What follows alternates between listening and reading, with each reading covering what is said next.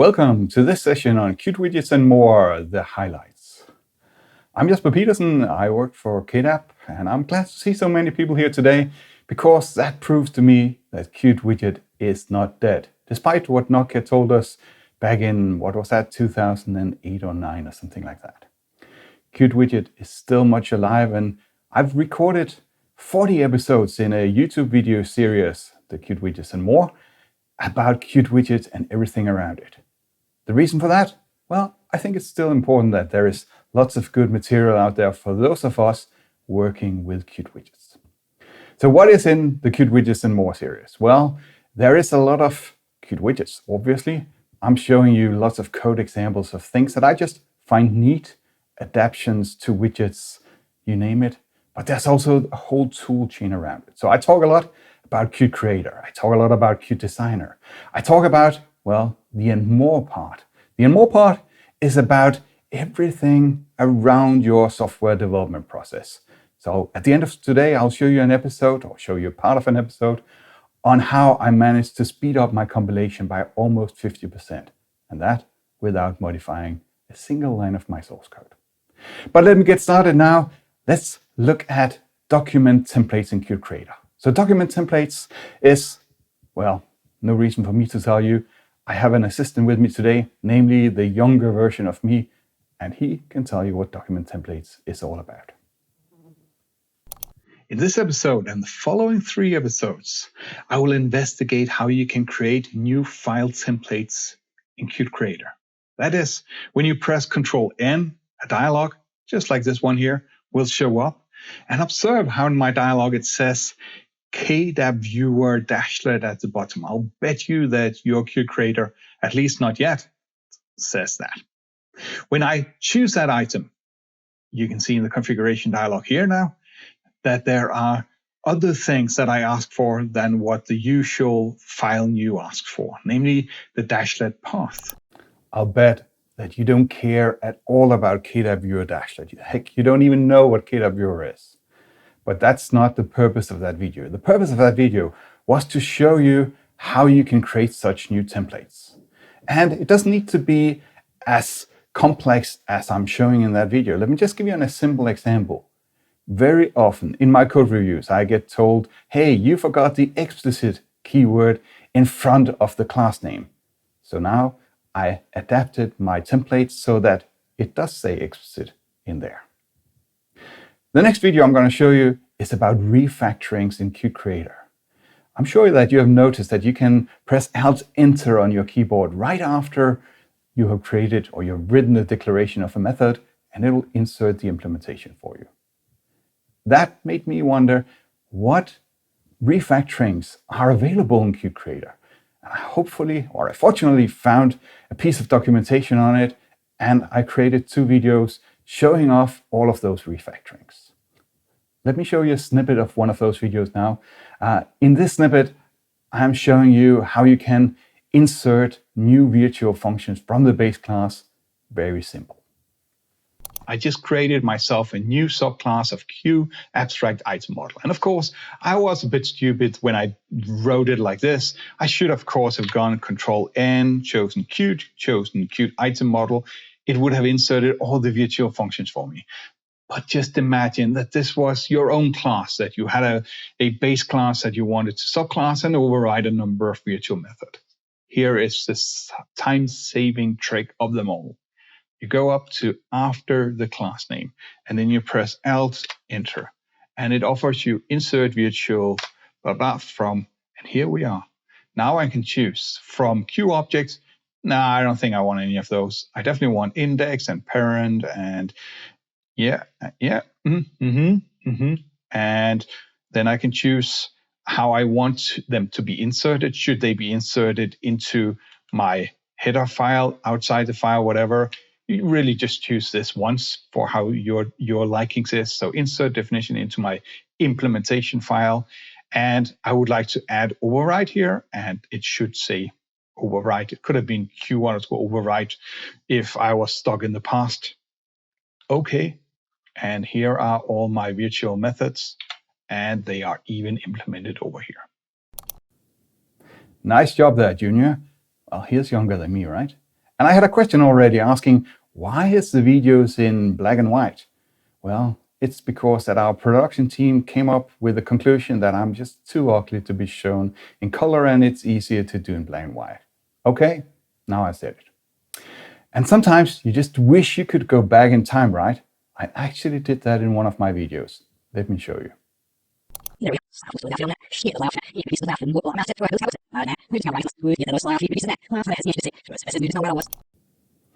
Not impressed, eh? Well, I found it funny. So I recorded a video on a tool called RR. RR is a debugger from Mozilla, and RR stands for, let me just look it up, relative risk. Oh, must be the wrong. Railroad. No, Roadrunner. No, record and replay. And that explains very well what RR is, because RR splits up the debugging session in two parts. The first part, you run the application and it records a lot of data. And in the second part, you play back that data. And you can go forward and backward, because you're not interacting with the application anymore. You're just interacting with the recording. But inside of your Qt Creator, inside of GDB in your Qt Creator, it looks exactly like if you were running an application. You can investigate your variable and so on. And let me just give you an example of where this is super useful. Imagine that you have a breakpoint on somewhere in your application. And when you hit that breakpoint, you see a variable and you go, that's weird. Why does it have that value? Well, what you do now is that you create a watch point on that memory area where the variable is. And whenever that memory area is changed, it will break. And then you do reverse continue. So now you run backwards in time and you will find exactly when that weird value was written to that register. In this video, I'll show you how you set up the RR tools in Qt Creator and how you set up it so it records and the playback session. And let me start out with showing you just a small snippet on what it looks like when I record a session inside of Qt Creator. To run this, all I need to do is Control K, X for run external command and space. Now it suggests those that I have in there already. You can see record using RR, so just RR, and there we are. And now it will start the application. So now I recorded my data, and it's time to attach GDB to that database of data. Actually, it's much similar to when you attach GDB to a GDB server running on an embedded board. The embedded board tells back to the original GDB all the information. Starting GDB inside Qt Creator to attach like this is slightly involving. So let me show you exactly how I did that in this video snippet here. So I'll go debug, start debugging, and then I'll attach to a running debug server. You can see I already bound that to a key. Very useful, do that yourself. And up comes this dialog here. It asks me for the kit, that is the configuration, and I'll just use the default because it is what I only have that one kit for running this application. The server port, that's 505, the number that we got from over there. The local executable, I will have to specify where that one is. It would have been cool if I could just say current run settings, but that didn't work in my current version. Hey, a new version came out recently. I should check whether they fixed that bug in between. Otherwise, I just specify the complete full path for this, this binary here. That is my KW. And I really don't need to specify anything else. If I had a few that I jump between, I would have a drop down here with the set of recent configuration. Now I'll OK, and it will start my debugger. So if you haven't tried out RR yet, and doing so from within Qt Creator, definitely worthwhile a try. I got some more episode on Qt Creator. I got how to set up the spell checker, how to start gamma ray from within Qt Creator, and there's a few more episodes coming up about Clang Tidy and Clazy inside of Qt Creator. But let's now turn our attention to Qt Designer. In Qt Designer, You can create your own widgets in there. So you don't just need to have your push buttons and whatever. You can have your own custom widgets. And if you want to use them in Designer, you have two ways. The first way is to just promote a widget, which makes it look like the original widget in your previews and when you drag it in and so on.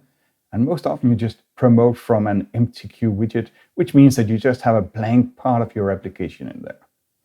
The other alternative is to create a plugin to Qt Designer, where you compile that particular widget that you want inside of Qt Designer. You compile that into a plugin, you put it in a very specific directory, and Qt Designer will figure out this plugin and load the plugin so that you actually see a live representation of your widget.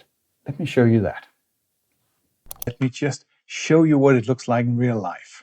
Now I have a file chooser up here. You can actually see that the file chooser, line edit, and this push button. I have a date selector over here, and if I press Ctrl R for run inside of Qt Designer, you can actually see that I can choose dates. The widget works. That's what we'll see how to do in this episode. So how can I possibly spend 5 episodes on something as trivial as that? Well, let me walk you through each of the 5 episodes. So in the first episode, I talk about the widget promotion, but it goes a bit further than that. Namely, how do I, from within Qt Designer, specify properties on that promoted widget? The second episode is about a problem that is not super obvious when you look at it the first time.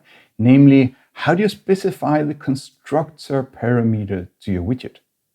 The short answer is you don't. You cannot specify constructor arguments from within Qt Designer. All you can do is that you can set up properties.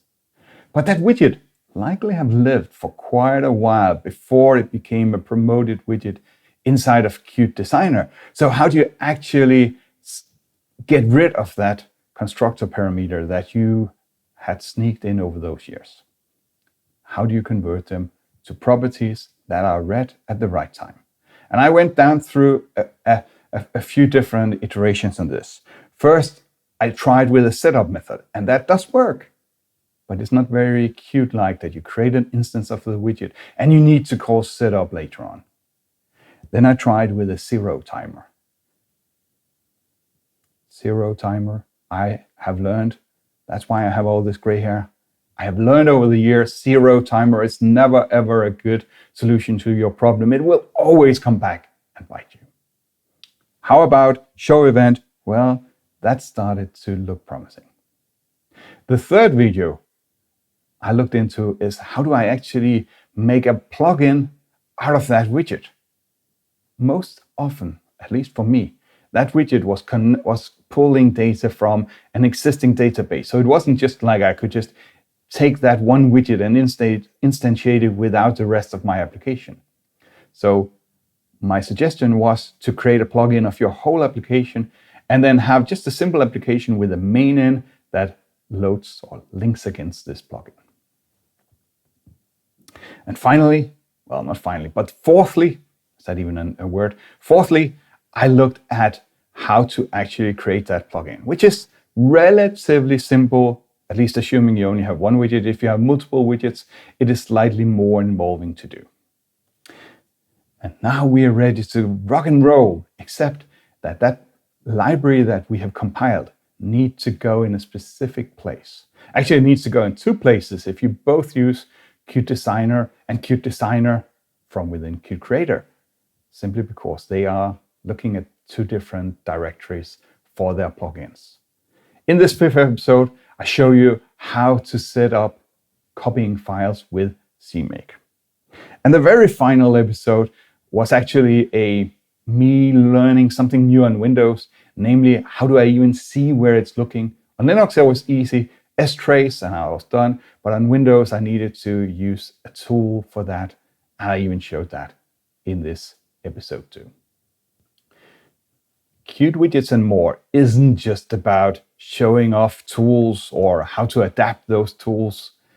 It's also about code. In Qt Widgets and more, I share with you lots of code. Well, some code at least. The code isn't polished in the sense that it would go into a library.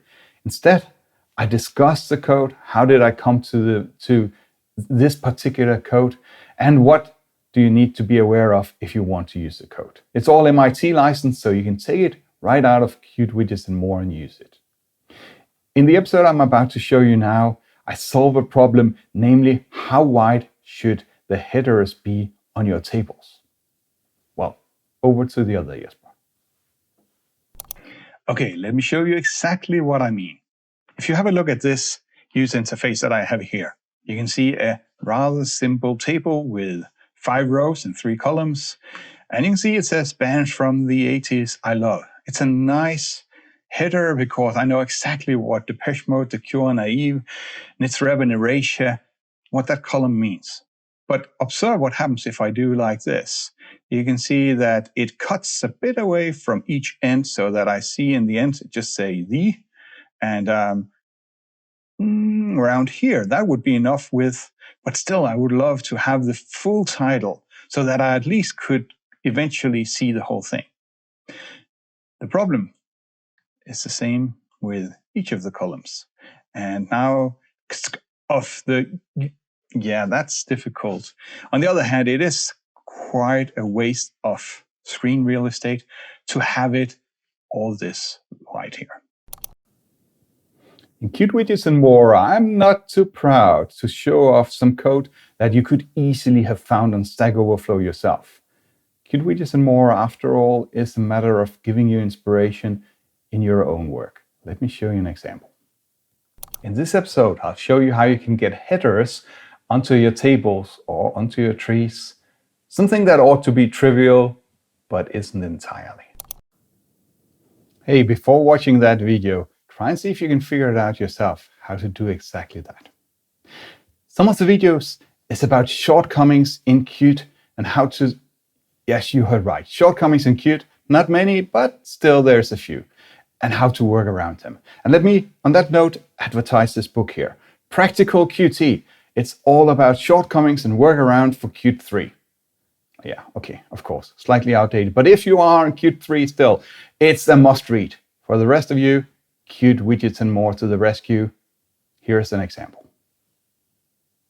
In here, you can see a table view, and the table view has, as always, a header view over here on the side, but this header view has checkboxes.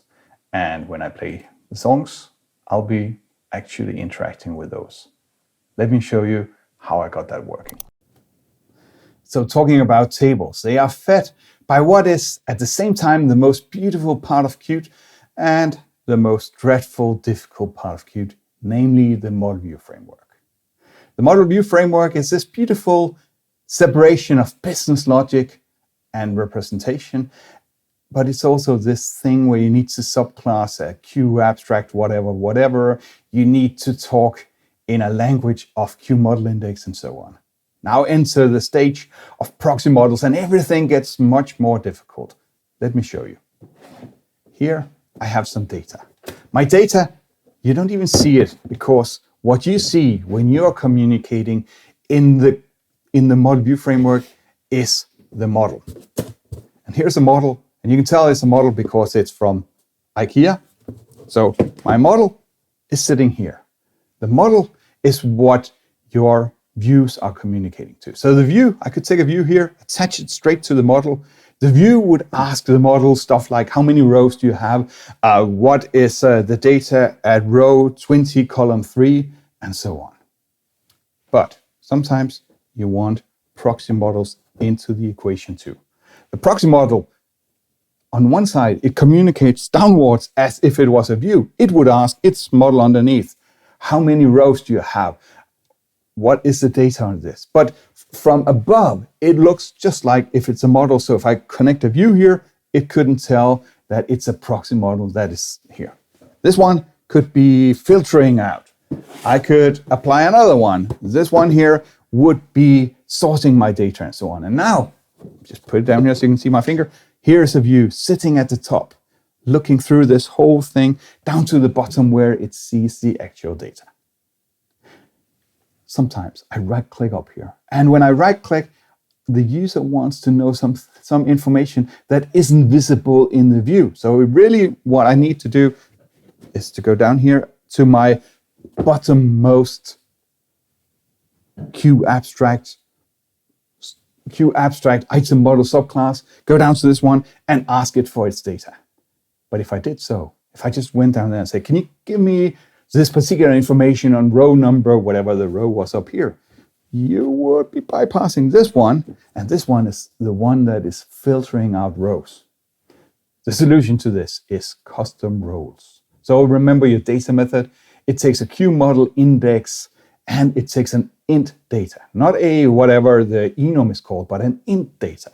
And that's exactly what, or the reason for that is that I can create my own roles that can be communicated through my stack down here to my data. If that was too much to take in 3 minutes and 15 seconds, do go and look at those 3 videos that I have on exactly this concept here. Did I happen to tell you that the YouTube series is called Qt Widgets and More? Well, let me talk about the and more part now. In the video series, you will find a number of episodes where I'm looking at how long does it take for me to compile my code, and more specifically, anything I can do to make it compile faster.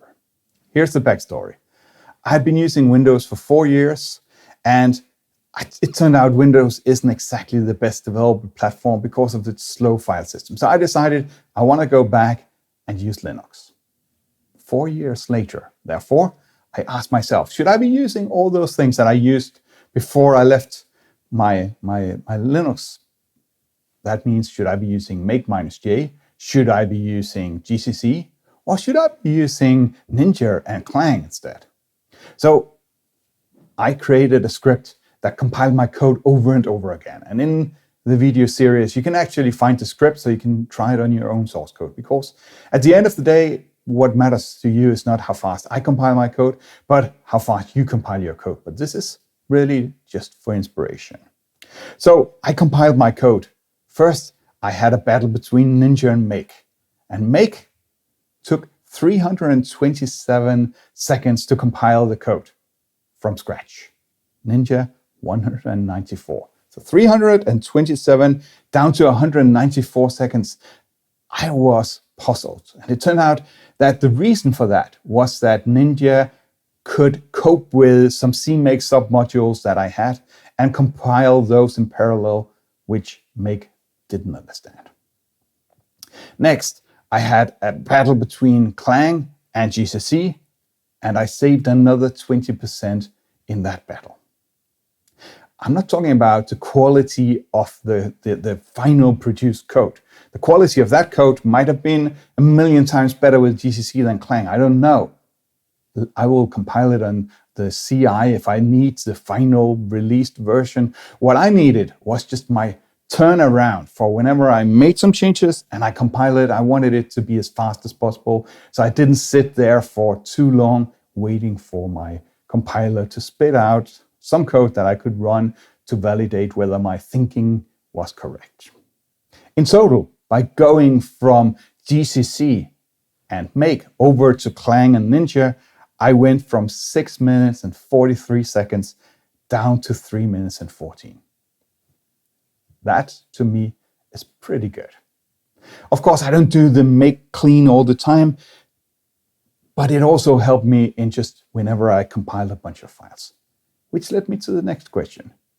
There is this thing called Ccache, for compiler cache. The idea is that it takes the source file and it MD5 it and it writes the object out into the cache. And if you ever compile exactly that same file with the same parameters and so on, it will just use that one instead of spending a lot of time compiling. Of course, doing the MD5 doing the copying the files out takes time. And I actually measure it to give me, or the price tag for that was 10%. So Ccache, a good idea. Should I spend 10% more on compiling? Well, here's the trick. So the guys and girls who wrote Ccache obviously was clever enough to make it possible for you to actually measure how much it actually saves you. So you can run Ccache -s for statistics, and it turns out that 40 to 50%, that's just an order of magnitude, it actually managed to find the result in the cache, which is again why do you do make cleans so often? Well, I don't. But I switches from branches, or I do a git bisect where I compile a version up here and a version down here. Then I compile something that is closer to this one up here and something that is closer to this one down there. And at the end, I'm compiling a lot of files when I'm jumping around. That's where Ccache comes around. Actually, let me show you from the video how fast it goes. When I do Ninja, you can see that it's running really fast. And sometimes it's sitting there waiting in the linking stage because that, well, actually there are linkers that can parallelize that too, but all the other steps need to be finished before we can get to the parallelized linker. In my Windows days, I really dreaded every time I needed to do a code review on some data that was on another branch, because it meant that I needed to compile, and not just for the 3 minutes and 14 seconds that it took on my Linux machine, no, possibly 15 minutes. These days, first of all, my machine is so much faster on Linux, but also it is using this Ccache, which makes it super fast switching between branches. I don't even pay the 3 minutes and 14 seconds. I just pay the 19 seconds whenever I switch branch. But you also noticed in that video that it was sitting there in the linking stage, LD. There is a linker that comes together with the Clang project called LLD, or is it LDD? No, it's LLD. And that one is much, much faster. It's parallelized. Let me show you a video of exactly that, because you wouldn't believe me if I was just telling you. Let's try now. Touching the same file and timing. Done. Woohoo! Where did those 8 and whatnot seconds go? I was down to 1 second. I saved, well, up here when I wasn't loaded, you could see that it took 7. Oh, that was a previous build. So 7 seconds down to 1 second. That is 6 seconds. That is saved for every single time that I change anything. So that's just I wonder if I should do it like this. Compile. 6 seconds sitting there waiting for the linker. Now down to 1 second. The last part of my journey was pre-compiled headers. For the last 15 years in Qt classes, I've been telling people about pre-compiled headers, and I told them, well, in theory it's nice, but you need to modify all your files, you need to include things in the right order, and so on. It's a lot of work, and it's not really that well supported, blah, blah, blah, blah. But I heard rumors that CMake especially had improved support for precompiled headers. So I looked into it, and here's what I found. I found that CMake is capable of actually prefixing all my header files with another header file. So conceptually, at least, I would have a header file where I had the precompiled headers in, and they would be put in front of every single file that I compiled. And therefore, I would get precompiled headers. Before I tell you the gory details of this, let me just give you the number. By doing this, and it required that I needed to change 8 lines of code in my CMake file. But by doing this, I saved and sit back and hold on. 41% on my compilation time. I added 8 lines to my C. What they are? Oh, you gotta watch the episode for that. What? Okay, the 8 lines right there. Add those or something similar to that to your CMake file, and then create a new header file in which you specify which are the precompiled headers. So I added to that new header file, and I added Qt Widget, not Qt Widget, but Qt Widget. That one includes everything from Qt Widget. I added Qt Network. I added a bunch of others, and it actually turned out that it wasn't saving me all that much time. It saved me a bit, but not all that much. Then one of my coworkers said, how about if you just include less in that precompiled header? So I created a small script. You can find it in the episode. And in that script, I tried a bunch of different headers. And I actually started out by looking for how many times was different headers used. And then I have a graph here that shows you that there was a sweet spot where I only included, I think, 8 headers or so. And that gave me that 41% reduction on compile time. Pretty neat, right? That's it. That's already 10 hours of Qt Widgets and more condensed down to half an hour here. I hope you enjoyed it. And there are, as I said, 40 episodes out there where I touch on lots of different things. This is pre-recorded, but I assume that this would be the time where there would be a standing applause for my performance. And thank you very much. Thank you. You're too kind, too kind. And I would point over to a younger version of me saying, well, he's the one who actually did all the work. Thank you very much.